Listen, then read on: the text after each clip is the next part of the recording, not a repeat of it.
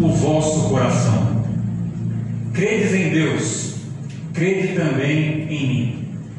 Na casa de meu pai há muitas moradas, e se não fosse assim, eu vou teria dito: vou preparar-vos lugar. E quando eu for e vos preparar lugar, virei outra vez, e vos levarei para mim mesmo, para que onde eu estiver, estejais vós também. Amém. Amém. Os prezados irmãos, podem sentar. Gostaria de agradecer ao pastor Douglas pela confiança e por esta rica oportunidade de falar nesta noite a palavra do Senhor. Para mim é um grande privilégio ter a oportunidade de compartilhar com os irmãos alguns versículos que já têm falado comigo por algumas semanas e que eu estou desejoso de compartilhar com a igreja do Senhor. Existem 3 mensagens que não podem deixar de ser pregadas na igreja: a cruz de Jesus, o sangue de Jesus e a volta de Jesus. E hoje, com a graça de Deus, nós queremos falar sobre a volta de Jesus. A volta de Jesus é um tema escatológico. A Bíblia está dividida em doutrinas. Existem algumas doutrinas principais: angelologia, fala dos anjos; antropologia, doutrina do homem; cristologia, doutrina de Cristo, e por aí vai. E temos também a doutrina chamada de escatologia. Escatologia vem do grego escatos, que significa último, e logia, estudo. Então, escatologia é a doutrina dos últimos dias. O que vai acontecer, com quem vai acontecer, onde vai acontecer, quando e como. A doutrina escatológica também está classificada em alguns assuntos mais importantes. Na escatologia nós temos profecias sobre Israel, temos profecias sobre a igreja do Senhor e profecias sobre a volta de Jesus. A volta de Jesus, meus irmãos, é um fato.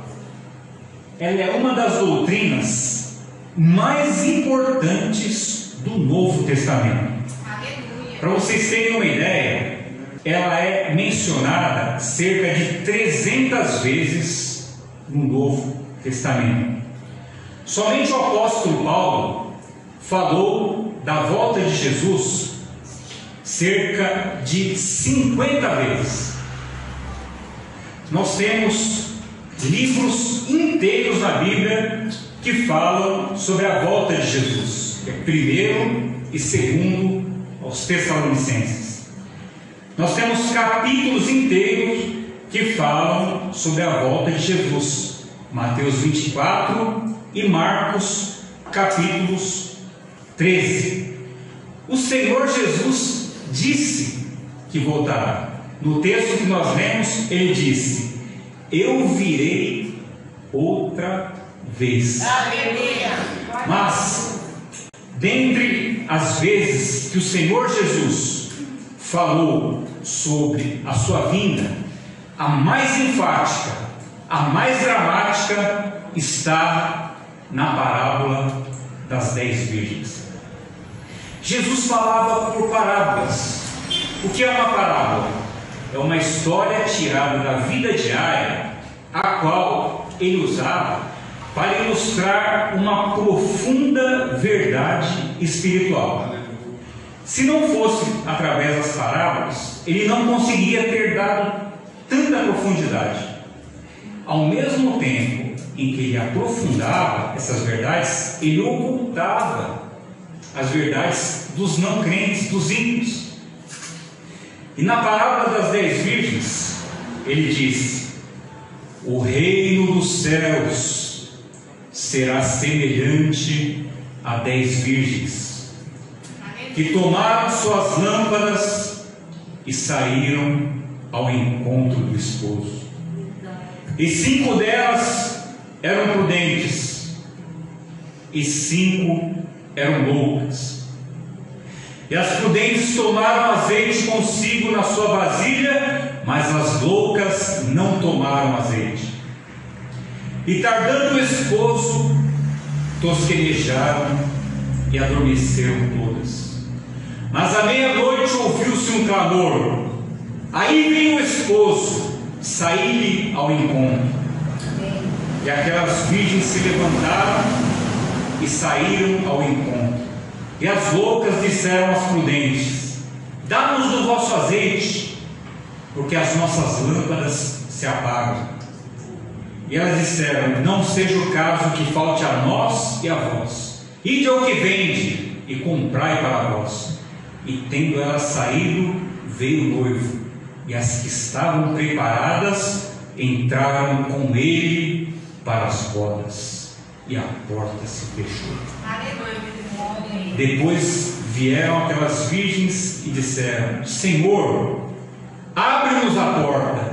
E ele disse: em verdade vos digo que eu não vos conheço.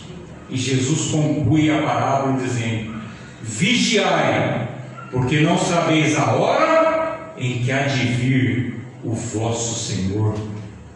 Na parábola das 10 virgens, o noivo é o Senhor Jesus. As virgens representam a igreja. E nós vemos no texto que 5 eram prudentes e 5 eram loucas. E qual é a diferença entre as loucas e as prudentes? A diferença é que as prudentes levavam azeite consigo na sua vasilha. Azeite fala da presença do Espírito Santo. Amém. E as que estavam preparadas entraram com eles para as bodas. Glória a Deus. O Senhor Jesus disse que vai voltar. Mas os apóstolos também disseram que ele vai voltar. Pedro disse: o Senhor virá como um ladrão de noite. Jesus não é ladrão, mas ele vem como um ladrão. Quando o ladrão vem, o que é que ele leva? O que tem valor, aquilo que é precioso. E o Senhor Jesus, quando vier, vai levar o que há de mais precioso nesse mundo. Um povo que ele comprou com seu próprio sangue lá na cruz do Calvário. Glória a Deus. Glória a Jesus. Glória a Deus. Os apóstolos disseram que Jesus voltará. Mas Paulo também disse que Jesus voltará. Ele disse: eu não quero que sejais ignorantes acerca dos que dormem, porque o mesmo Senhor descerá do céu com alarido e com voz do arcanjo. Glória a Deus. Nós vamos ler esse texto. Glória a Deus. Mas, meus irmãos, em Apocalipse, no capítulo 16, o Senhor Jesus diz: eis que venho como um ladrão. Mas até mesmo os anjos falaram que Jesus voltará. Quando Jesus estava aqui neste mundo e começou a dar as últimas instruções para os seus discípulos, ele foi sendo elevado às alturas em uma nuvem que o ocultou diante dos olhos dos seus discípulos. E os discípulos começaram a olhar para o céu, mas naquele momento anjos se apresentaram diante dos discípulos e disseram: varões galileus, por que vocês estão olhando para o céu? Esse Jesus que dentre vós foi recebido em cima do céu há de vir, assim como para o céu o vistes ir. Glória a Deus, glória a Jesus. Jesus voltará. Aqui no texto, pode parar aqui mesmo. Nesse texto de 1 Coríntios, capítulo 15, versículo 3, a Bíblia fala da maneira como Jesus voltará. Disse Paulo: num momento, no abrir e fechar de olhos, ante a última trombeta, porque a trombeta soará e os mortos ressuscitarão incorruptíveis e nós seremos transformados. Veja, irmãos, pisque, Jesus já voltou. Vamos ver uma ilustração.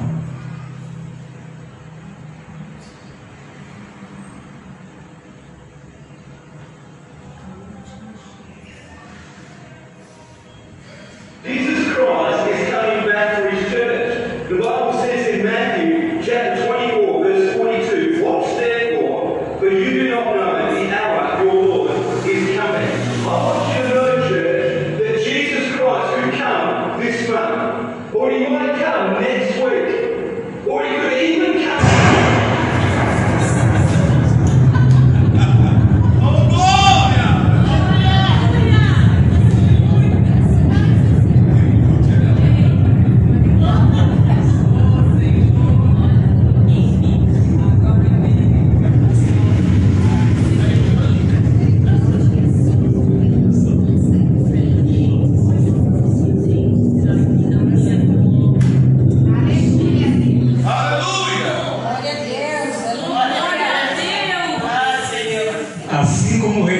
Sai do Oriente e vai até o Ocidente, assim será a vinda do Filho do Homem.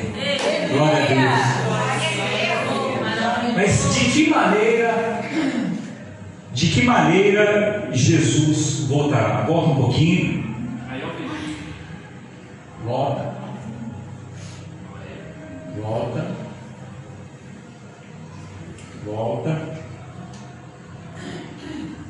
Qual a maneira da vinda de Jesus? Me adiantou um pouquinho os slides. Jesus voltará de maneira pessoal. Quando ele voltar, não será de maneira espiritual. Ele disse: eu voltarei. Está em João, no capítulo 14. Então, de que maneira Jesus voltará? Primeiro, de maneira pessoal. Segundo, de maneira gloriosa. Aleluia. É bem verdade, meus irmãos, que na primeira vinda, Jesus é apresentado pelo profeta Isaías como o servo sofredor. Naquela ocasião, ele dizia que as pessoas não iriam dar crédito à pregação de Jesus. Isaías, falando do Messias, disse: mas quem deu crédito à nossa pregação? E a quem se manifestou o braço do Senhor?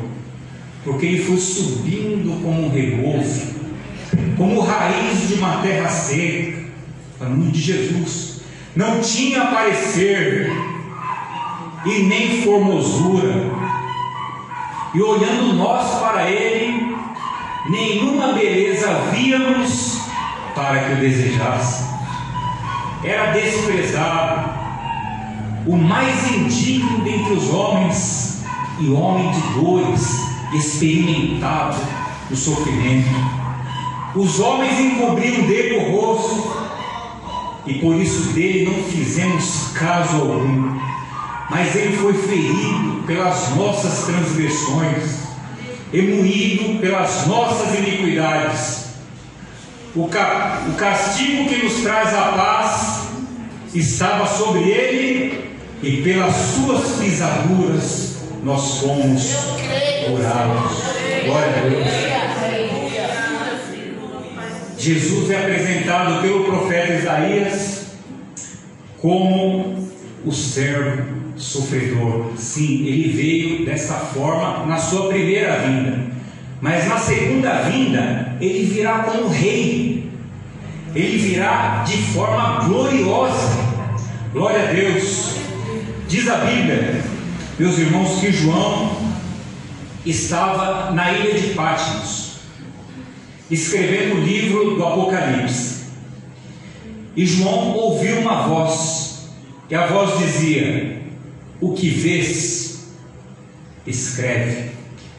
E diz a Bíblia que João olhou para trás e disse: eu vi 7 castiçais de ouro, e no meio dos 7 castiçais, um semelhante ao Filho do Homem, vestido com uma veste branca que ia até o chão, e o seu peito estava cingido com um cinto de ouro. A sua cabeça e o seu cabelo eram como a lã branca, como a neve, e os seus olhos eram como chamas de fogo, e a sua voz era como a voz de muitas águas, e o seu pé era como um latão reluzente. Da sua boca saiu uma espada de 2 gumes, e na sua destra ele tinha 7 estrelas. E João disse: quando eu vi aquilo, eu caí como morto.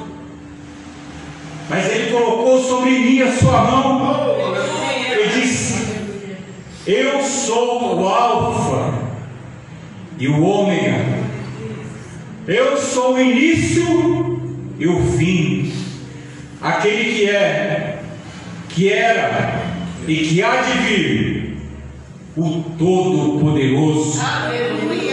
Não temas, eu sou o primeiro e o último, eu sou o que vivo. Fui morto, mas estou vivo para sempre. Glória a Deus. Glória a Jesus. Jesus virá de maneira gloriosa. Mas quando Jesus virá? Qual é o tempo da sua vinda? Daquele dia e hora, diz a Bíblia, ninguém sabe, nem os anjos do céu e nem o Filho, mas unicamente o Pai. Jesus disse: assim como foi nos dias de Noé, será a vinda do Filho do Homem. Nos dias de Noé, as pessoas comiam e bebiam, casavam e davam-se em casamento, até o dia em que Noé entrou na arca e ninguém percebeu, mas veio o dilúvio e consumiu a todos. Assim como foi nos dias de Noé. Nos dias de Noé, as pessoas comiam e bebiam, casavam e davam-se em casamento. Aleluia. Onde está o erro? O erro está no fato da geração de Noé se preocupar somente com coisas materiais. Naquela época ninguém estava preocupado com as coisas espirituais. E na época da volta do Senhor Jesus será uma época de frieza espiritual. Mas o Senhor Jesus ele nos diz: buscai em primeiro lugar o seu reino e a sua justiça, e todas as demais coisas vos serão acrescentadas. Glória a Deus. Quando Jesus voltará? Naquele dia e hora? Ninguém sabe. Nós sabemos o tempo, mas o dia exato nós não sabemos. O que nós sabemos? Que vai ser de uma forma repentina. Agora era para passar aquele vídeo, né? Foi um pouquinho adiantado, mas nós vamos passar. Passa.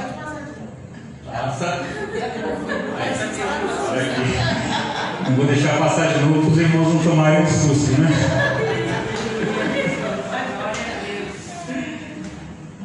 Mas a Bíblia fala de sinais da vinda de Jesus. Eu creio que não existe um momento mais propício do que este para falar de sinais da vinda de Jesus. Ele deixou os sinais para que nós pudéssemos identificar o tempo. O primeiro sinal que eu gostaria de mencionar, é o renascimento de Israel. Irmãos, este é um dos maiores sinais, porque está acontecendo na nossa época, diante dos nossos olhos. Quando os discípulos estavam com Jesus, lá em Mateus capítulo 24, eles disseram: Senhor, olha o templo, esse templo, que construção, que arquitetura. E Jesus disse: em verdade vos digo, que aí não ficará pedra sobre pedra que não seja derrubada. Acontece que após a morte do Senhor, no ano 70, os judeus se revoltaram contra os romanos e tentaram se libertar. Porém, é a mesma coisa que uma formiga tentar lutar contra um elefante. Os romanos, liderados pelo general Tito, no ano 70 da nossa era, invadiram Jerusalém. E essa invasão é descrita como o maior genocídio da época. Eles mataram quase todos. E entre os romanos correu a notícia de que os judeus tinham escondido um ouro embaixo do templo. E na ansiedade de encontrar ouro, os romanos derrubaram o templo e não ficou pedra sobre pedra que não fosse derrubada. Exatamente como o Senhor Jesus havia profetizado.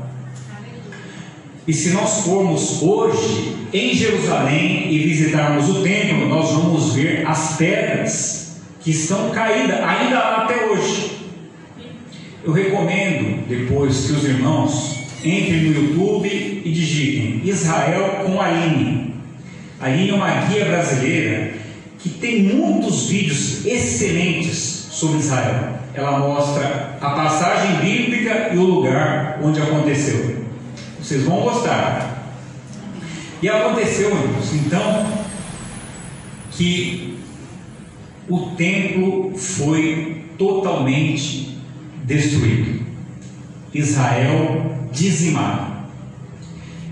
Mas não para aí. Os judeus foram proibidos pelos romanos de voltar para Jerusalém. Eles se acamparam em comunidades ao redor de Jerusalém. Os romanos voltaram e diz a história que eles destruíram mais de 900 comunidades. Os que sobraram se espalharam ao redor do mundo. Nós estamos falando do ano 70 da nossa era. Israel deixou de ser nação. Eles foram varridos do mapa pelo general Tito. Mas como eu disse, na Bíblia, dentro da escatologia, nós temos profecias sobre Israel. E uma dessas profecias está no livro de Ezequiel, no capítulo 37, no Vale de Ossos Secos. Deus chama o profeta Ezequiel e diz: Filho do homem, o que é que tu estás vendo? Ah, Senhor, eu vejo um vale de ossos secos. Isso mesmo, profetiza para esses ossos: ossos secos, voltem à vida. E Ezequiel profetizou. E diz a Bíblia que osso começou a grudar no seu osso, começou a formar carne, formar pele, e ali se formou um grande exército, mas eles estavam sem vida. E o profeta disse, e Deus disse para o profeta: profetiza agora, sopra dos quatro ventos, ó vento do Espírito, e vivifica esse exército. E o profeta fez dessa forma e se levantou um grande exército. E ali Deus diz para Ezequiel: você sabe quem são estes? Estes são toda a casa de Israel. Ora, meus irmãos, Israel se tornou um vale de ossos secos. Quando? Quando eles foram destruídos. Mas Deus tinha a promessa de vivificar, voltar osso com osso, carne, nervos, e reviver aquele exército.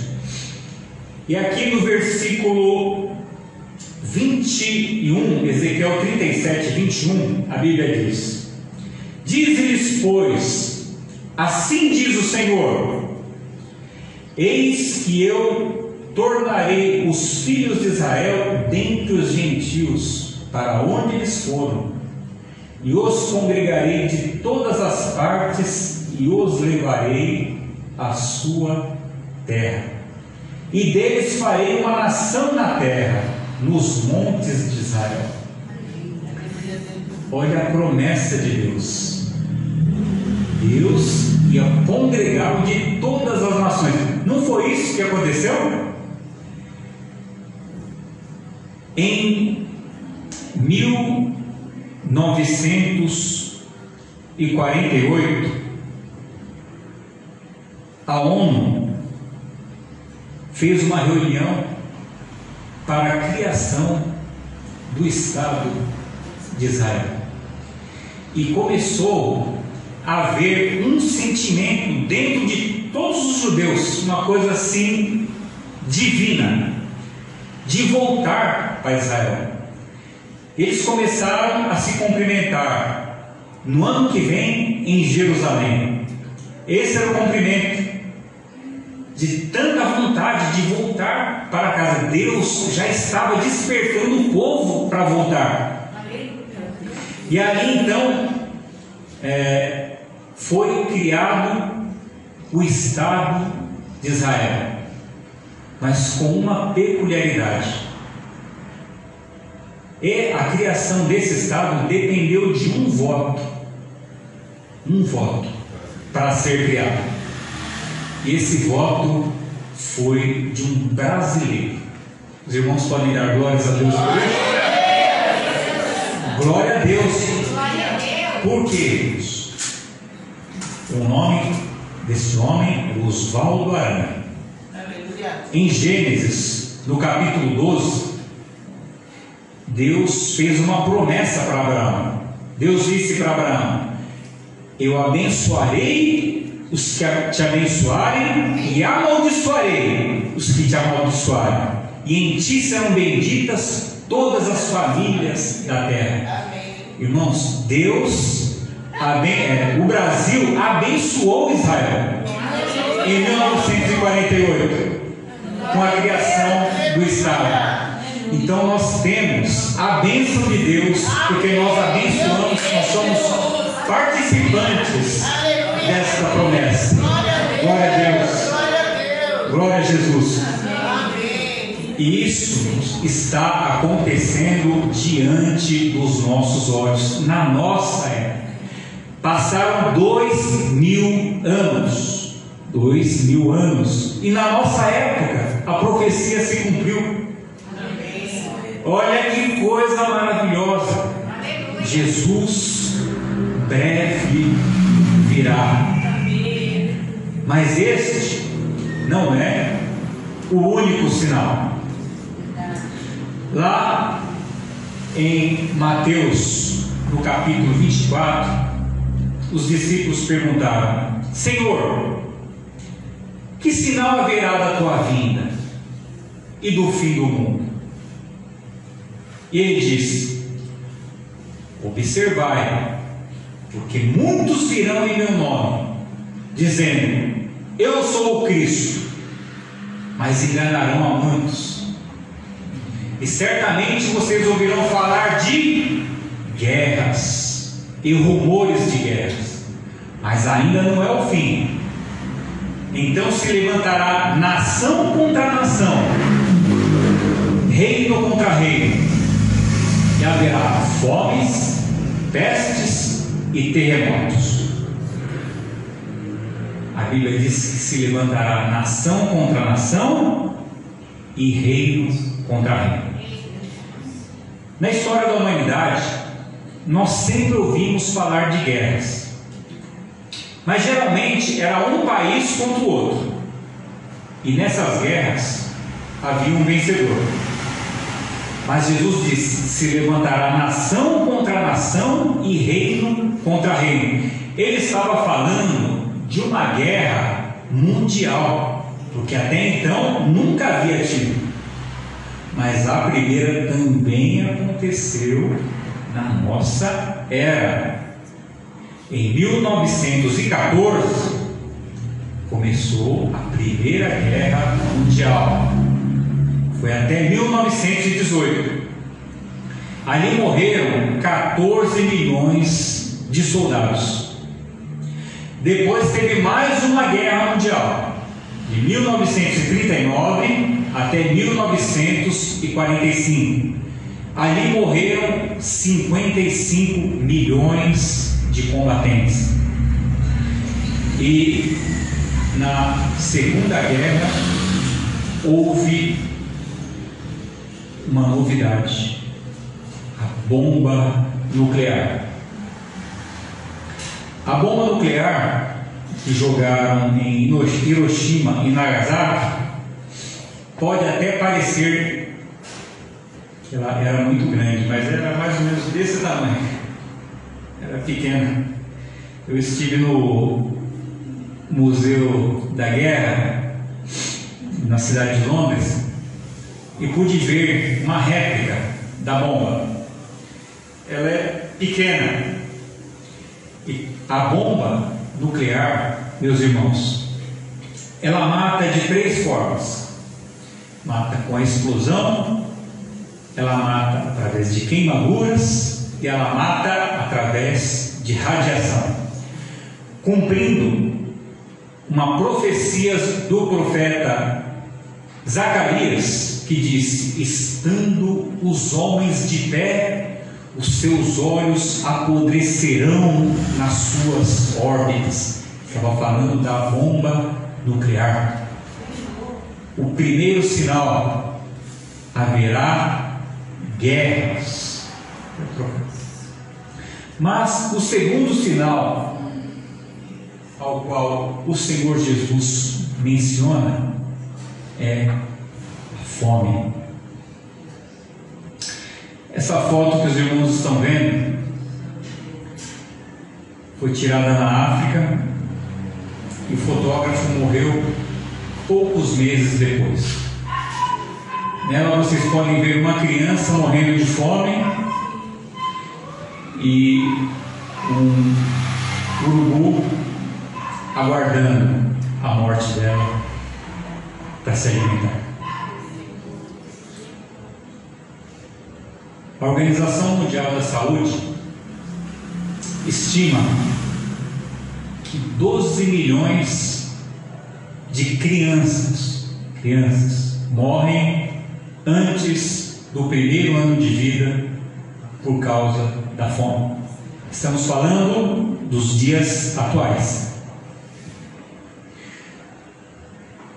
Hoje, cerca de 400 milhões de pessoas, 400 milhões, passam fome no mundo. Nós não precisamos ir muito longe. Com o advento do comunismo e a vitória da esquerda na Venezuela e na Argentina, a fome se agravou nesses países. Na Venezuela, hoje, a Globo não vai mostrar isso. Não existe mais cachorro na rua. Os venezuelanos comeram todos os cachorros. Na Argentina, há poucos meses atrás, nós ficamos sabendo que uma empresa, um frigorífico, teve problemas com o congelador.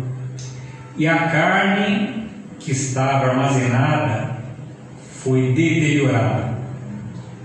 Eles pegaram aquela carne e enterraram. Os argentinos descobriram onde estava enterrada a carne, desenterraram a carne para poder comer.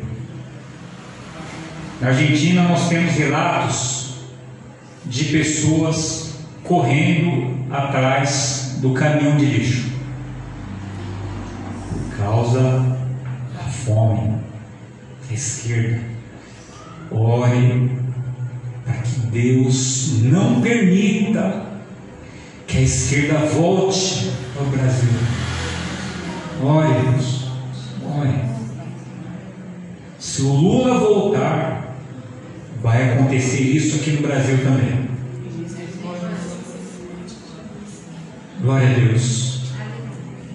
Fomes, sinal da volta de Jesus. Mas a Bíblia também fala de pestes. E Jesus disse: haverá pestes. Se nós olharmos na história, a peste negra, ou a peste bubônica, matou 1/3 da Europa. A tuberculose, entre 1850 e 1950, matou 1 bilhão de pessoas. A varíola matou 300 milhões. Só na Etiópia, a febre amarela matou mais de 30 mil pessoas. A AIDS já matou mais de 22 milhões desde a década de 80. E por que não falar do coronavírus? Vocês querem um sinal maior do que este? O coronavírus é um sinal da volta de Jesus. E hoje, mais de 100 tipos de câncer matam milhares de pessoas todos os anos. À medida que o fim se aproxima, se proliferam as doenças e as epidemias no mundo. Haverá pestes, mas haverá também terremotos. Pode trocar o slide. Jesus disse: terremotos. Vejam que interessante. No Almanaque Mundial, eles classificaram os terremotos de 10 em 10 anos. Em 1900 até 1909, registraram 141. terremotos. De 1910 a 1919, 154. Veja que foi aumentando. Vamos dar um pulo. De 1950 a 59, 467. De 1970 a 1979, 1553 terremotos. E as autoridades estão aguardando um terremoto chamado de Big One, quer dizer, o grande, que eles esperam ser 50 vezes mais fortes do que estes que têm ocorrido e têm devastado as nações. Terremotos, pode trocar. Mas existe mais um sinal muito interessante.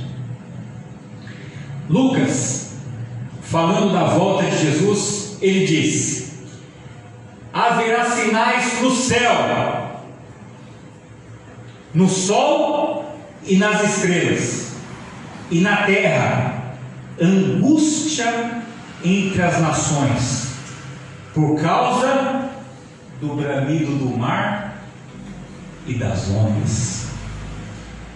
Sabe qual é o nome disso? Tsunami ou maremoto. O que é um tsunami ou maremoto? É um abalo sísmico no meio do oceano. Eu estive no Chile. Chile é um país que fica embaixo de uma placa tectônica, de uma fissura. Onde tem fissura, tem terremoto, porque a Terra faz esse movimento. Na verdade, o terremoto, ele faz isso e faz isso ao mesmo tempo. Olha, dependendo da intensidade, ele derruba tudo. E o Chile é famoso por causa dos terremotos. Com frequência existem terremotos no Chile. E eu gosto muito de visitar museus. Eu estive em um museu lá, onde eles simulam um terremoto. É uma sala, tem uns suportes na parede onde você segura e a sala chacoalha. E ali a gente tem experiência e mostra na tela um terremoto verdadeiro. E você tem experiência de um terremoto. Mas saindo dessa sala, eles mostram a experiência de um tsunami. Eles têm um aquário, um vidro parecido com esse, todo fechado com água, e tem um botão, e está escrito: tem a experiência de um tsunami. Aí você aperta o botão, tem um tremor ali na frente. E quando tem esse tremor, se levanta uma onda, e essa onda ela vai correndo até o final, e você consegue perceber exatamente o que é um tsunami. E eu tive uma grande sorte. Qual foi? Eu estava em uma igreja americana aqui em Ibirapuera, faz muito tempo isso, e por sorte naquele dia tinha uma missionária pregando, e a missionária tinha ido ajudar na Indonésia quando houve o tsunami na Indonésia, e ela chegou logo que acabou, que tinha baixado um pouco. Irmãos, ela disse que a televisão não mostrou nem 5% do que aconteceu na Indonésia, exatamente. Porque quando a onda chegou, ela disse que muitos corpos estavam em cima das árvores e não podiam ser retirados por causa da lama embaixo. não chegava carro de bombeiro, não dava para subir. Resultado: proliferação de doenças. Segundo, na Indonésia não tinha água, não tinha luz, e as epidemias estavam devastando o país. Para se cumprir o que disse Lucas, no capítulo 21, versículo 25. Angústia entre as nações e perplexidade por causa do bramido do mar e das ondas.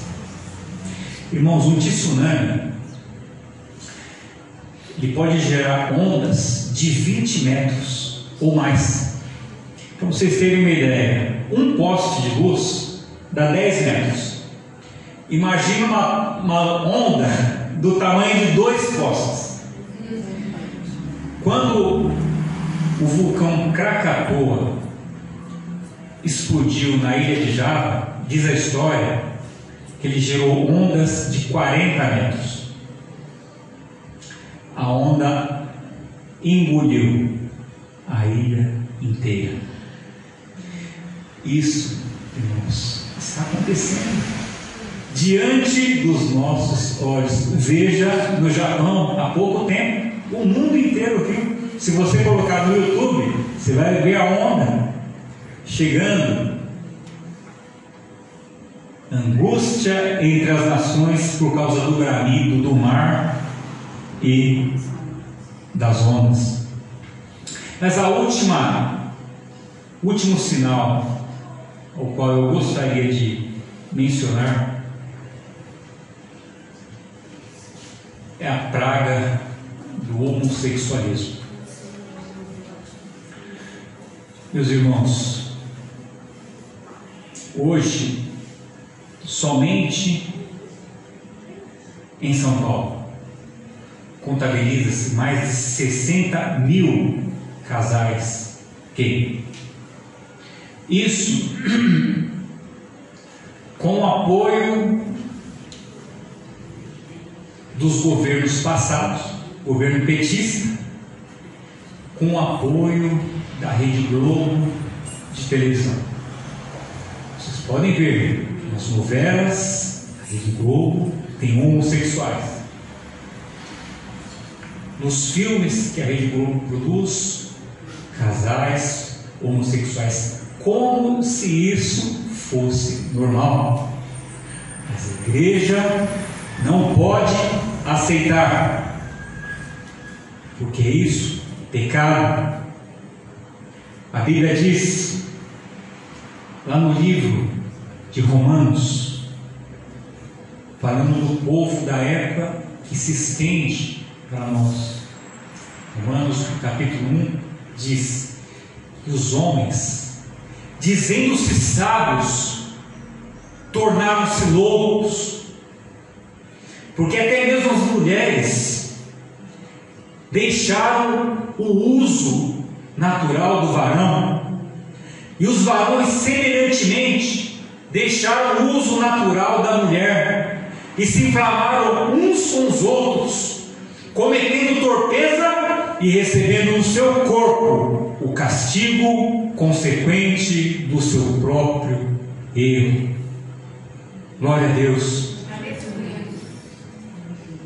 Quanto mais cresce a iniquidade, mais próximo está o Senhor Jesus Cristo. Eu estudei na Rua Augusta, esquina com a Paulista. Irmãos, no intervalo, a gente saiu um pouco para tomar um ar. Eu posso afirmar que as coisas que eu vi ali na rua, passando, não eram agradáveis. Eu até falei comigo, eu nunca mais quero voltar para esse lugar, de ver as coisas. Eu ia falar uma coisa que eu vi, mas não vou falar. Andando na rua, por respeito aos irmãos, não vamos falar. Mas nós falamos hoje de um assunto que tem urgência. A igreja precisa saber que Jesus voltará. Qual é a sua decisão? Jesus diz: eis que estou à porta e bato. Se alguém ouvir a minha voz e abrir a porta, eu entrarei em sua casa, cearei com ele e ele comigo. A porta que Jesus está batendo é a porta do coração. E essa porta, ela tem maçaneta somente do lado de dentro. Somente eu e você podemos abrir a porta. Você abre a porta para Jesus nesta noite? Amém. Qual é a sua decisão?